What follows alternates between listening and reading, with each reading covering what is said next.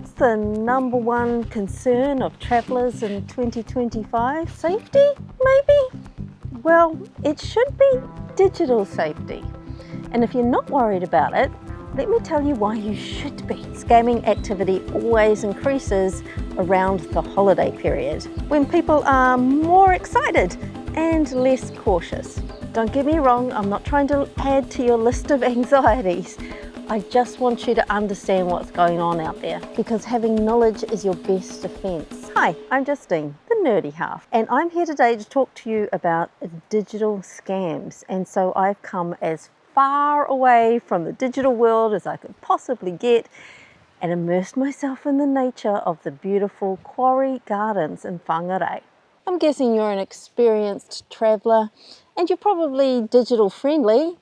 If you're on YouTube watching me now, it's likely you do know your way around the internet. So these kind of scams are not going to happen to you, right? Well, they happen to me. If you're new to the channel, welcome and thank you for joining us today.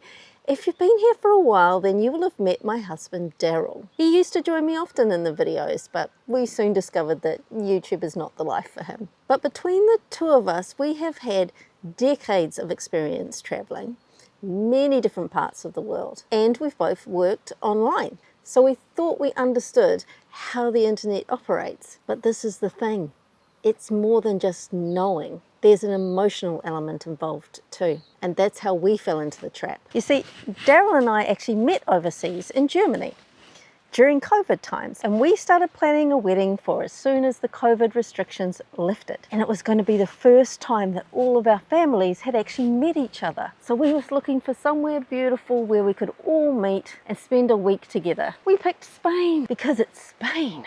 And we searched all our trusted sites, Airbnb, Booking.com, Travel Advisor, to find a place that would accommodate all of us. We were also restricted to budget too. So we searched for quite a while to find just the right place. And finally we did.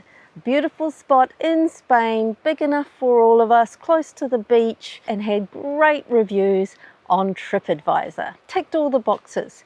It was almost too good to be true. Putting down the deposit was a bit nerve-wracking because it's non-refundable and it's a lot of money. Well, for us it was a lot of money. We're not big earners, but it's our wedding, right? And we'd be saving for this. So even though we felt those nerves, the flutter in our tummies, we put that down to excitement and we went ahead, made the booking. The next day at work I was so excited and I showed a colleague all the photos and she looked at it and she went, "Wow, that's perfect, almost too perfect." And as soon as she said it, my heart just sank and I knew that those flutters wasn't excitement. It was my gut telling me this was too good to be true. Straight away, I logged into my TripAdvisor account to double check the booking confirmation. Nothing there. I had an email from TripAdvisor, or what I thought was TripAdvisor. So I went back to check that, clicked the link, nothing. It was absolutely devastating and worrying too, because we'd used bank transfer and now we were worried that whoever this was had all our banking details. We went straight to the bank and we went straight to the police. The bank were empathetic. We were definitely not the only ones who had fallen for this. However, they weren't helpful. It could not be reversed. We had authorised the payment and the payment had been made. End of story. Same with the police. Again, very empathetic. Happens to a lot of people.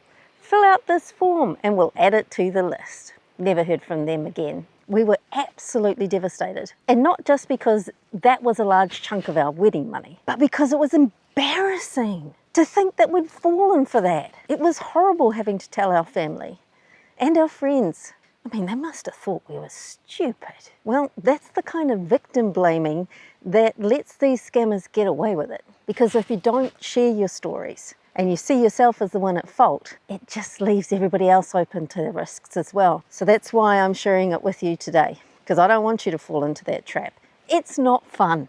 As experienced travellers, we never thought this would happen to us, but it did, and it's happening to more and more people now. That's why you need to know the red flags, and I'm going to lay them out for you here. Since 2022, there's been a significant increase in the frequency and the complexity of online scams and digital fraud, because more and more of us are reliant on online bookings and payment systems. In Australia, in the year following our experience, scams involving just Booking.com increased 600%. And just last year, between April 24 and April 2025, just in the United States alone, travel-related scams got up to $2.6 million. 1.1 million of that came from travel agents who had lost financially. So guess where they're passing on their losses to? We got to get on top of this because it's affecting us all. The most commonly reported fraud: fake travel agents, phishing, cloned websites, and Wi-Fi honeypots at airports.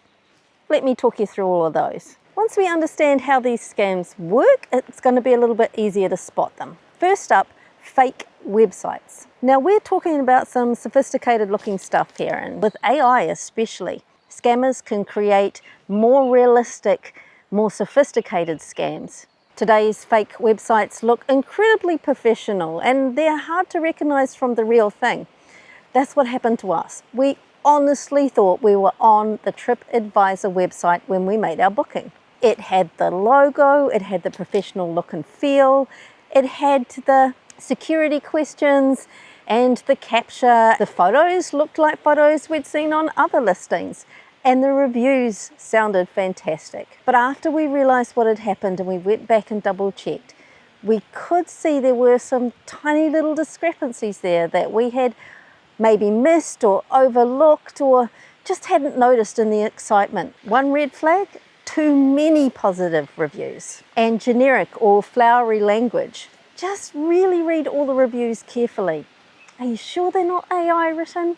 And I know it sounds counterintuitive, but a place that's got at least one bad review is probably more genuine than a place that's got none. Having said that, now you know all the scammers are going to add at least one bad review. But reviews that highlight a staff member or mention a particular facility, that's more likely to be real. You also want to go and check and see if this has been listed on other sites and check the reviews there. If there's the same review on multiple sites, that's a red flag. Or if there's a whole bunch of reviews that have come up around the same time period, another red flag. AI generated reviews also tend to have no spelling mistakes or grammatical errors. Of course, as more of us get aware of the red flags, so the scammers start to find ways around them. But at the same time, platforms like TripAdvisor and Booking.com are now using AI to catch AI. It becomes a bit of a circle. One of the big red flags with any kind of fake website is they don't always get the logo just right. So check it really, really carefully. And the email reply address is going to be a little bit dodgy too. If you're a frequent user of the site, go back and check all your other confirmations, double check the logo, the email address, the business details. Try sending a message first before you book and see what happens. If you worry, trust your gut. The next biggest trend at the moment is phishing campaigns targeting travelers and hospitality staff. So most recently, Microsoft identified something called Storm 1865. And what Storm does is send really carefully crafted emails impersonating big travel sites like Booking.com. The emails reference things like traveler questions or reviews and then get you to click on a link inside the email. If you click on the link or the attachment, it will take you to a capture site looking for verification. And this makes you feel safer for some reason. But what it's doing is actually either gaining your login information or it's installing malware on your device. And this malware can then take your credit card details or your login info without you even noticing. But the phishing campaign also installed malware into hotel booking systems and started double charging customers. Another big piece is what's called social engineering. And this is where they take it offline and start manipulating those of us who are still into that human contact. Scammers will pretend to be hotel staff or booking agents, and they'll call you directly or they'll send you an email and they'll make it sound very urgent. There'll be something around there that's time sensitive. The idea is to make you panic and act without thinking. They'll even be so cruel as to send you a message saying that you've been double charged and you've been subject to a scam, and so give your personal details and they'll fix it for you. They may even have information that you think that other people wouldn't have unless it was the legitimate booking agency. You may not have realized how much you've given up through your social media. If they've been following you for a while, they've probably got insight into a lot of information about you that you haven't even noticed that you've given away. The organized scammers tend to work in groups. They work in packs. It's like an organized business, and they're feeding information to each other. They take this stuff very seriously because there's a lot of money in it for them. So you need to take it seriously too. When you post your travel details on social media, you're giving them info into your plans. They can get a good guess around the timing and the destinations that you're going to, helping them put together a very legitimate sounding scam. And the scary thing is that AI is supercharging all of this. It's getting better and better at mimicking real people, generating emails, creating voices and videos that are hard to tell apart from the real thing. Criminals are even using it to automate their own work processes. Now they can send out more and more phishing campaigns, and they don't have to worry so much if one of them gets caught. Just sit back and relax while AI does the scamming for them. Another way scammers can get in is through the Wi-Fi, the free Wi-Fi that's offered in hotspots at airports and cafes, train stations, hotel lobbies. If they can get their malware through there and into your device, they can see everything you're doing. Type in your passwords, type in your credit card info, address, your phone number, your booking information. They've got it all. It's kind of creepy. It makes me feel like I'm being watched in the shower or something. And it's not that the airports and the hotel lobbies aren't trying to protect you. Sometimes the more complicated the system, the more likelihood of gaps. The digital world we now rely on is increasingly interconnected, so a data breach in one company is going to have a ripple effect. It doesn't just affect their immediate customers, it ripples through all their connected providers, booking agencies, payment providers, airlines, hotels, the list goes on. One weak link in the chain is enough to allow hackers to cause widespread damage. Any vulnerability in all the connections, and it could be in an employee's connection. Any account they can use to get in, slip in some malware, and then they're getting information from a system you trust. Another trend is ransomware. This is emerging as a huge threat to the travel industry. It's basically where the criminals kidnap the software. So they'll get in, they'll lock down an entire system, could be a hotel, an airline booking system, and hold the company for ransom if they want their system back and operating again. The consequences are severe. Not only are you looking at cancelled flights, lost bookings, there's the damaged reputation. So for companies, this is a really big threat, and they're spending a lot of money to find ways to overcome it. Wonder where that money's coming from. You might have seen just recently, July 2025, an attack against Qantas airline. A cyber criminal group known as Scattered Spider attacked one of the third-party call centres used by Qantas and managed to get hold of 5.7 million people's information. We're talking names, email addresses, phone numbers, frequent flyer numbers. Once they've got that, then they can use that in emails for phishing campaigns and all sorts of other creative scams. There were similar coordinated attacks against Canada's WestJet and Hawaiian Airlines, all around the same time, coordinated to create the maximum amount of chaos as possible so they can sneak through the gaps as everyone panics. So to put it simply, travel scams combine digital know-how with emotional know-how. Social tricks with state-of-the-art technology, making them more believable and making you more vulnerable than ever. Unless you're looking out for those red flags. Tip number 1, always double check and keep yourself informed.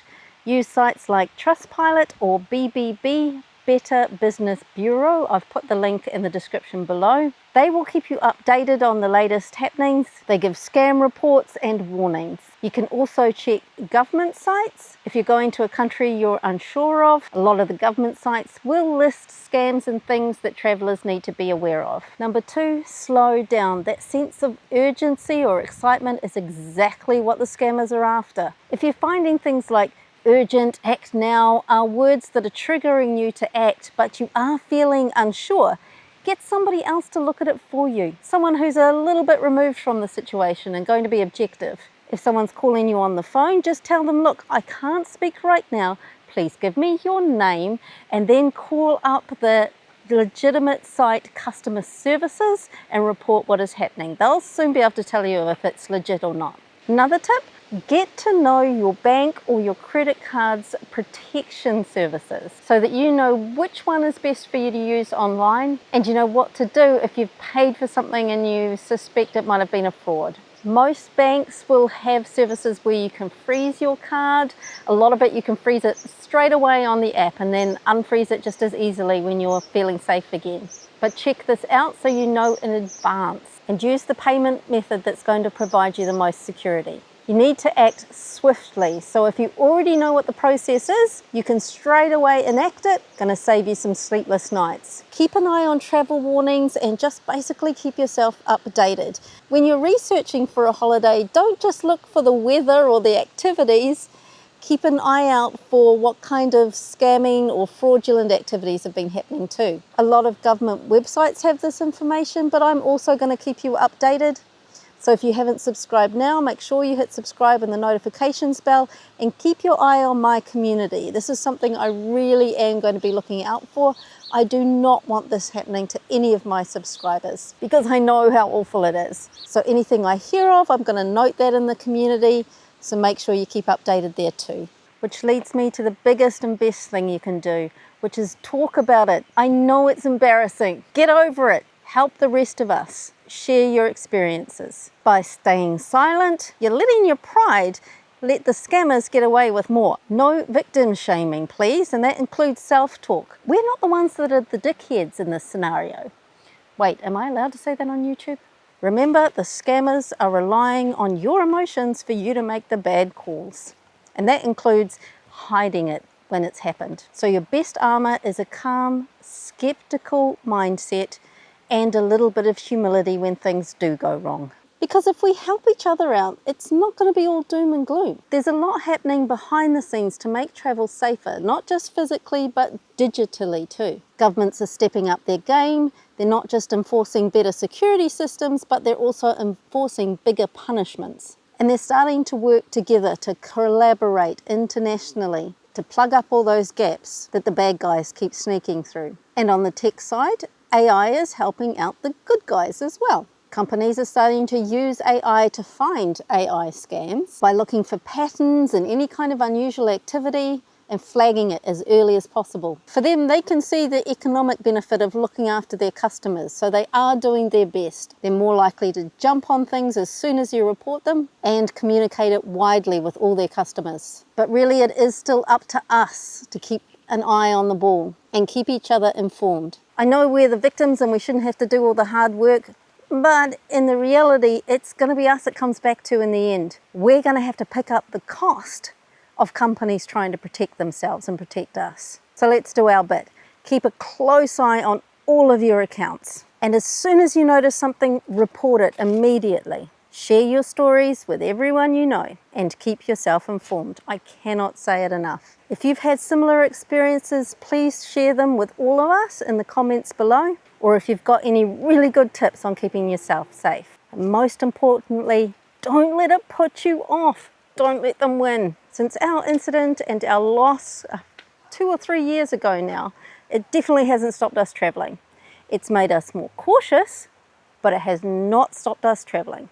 In fact, it's motivated us to share our good experiences and build a community of safe travelers around us. And thank you to everyone who's joined us so far on that journey. I don't know where the journey is taking me next time, but wherever it is, I hope you will be there too. Until then, happy travels everyone.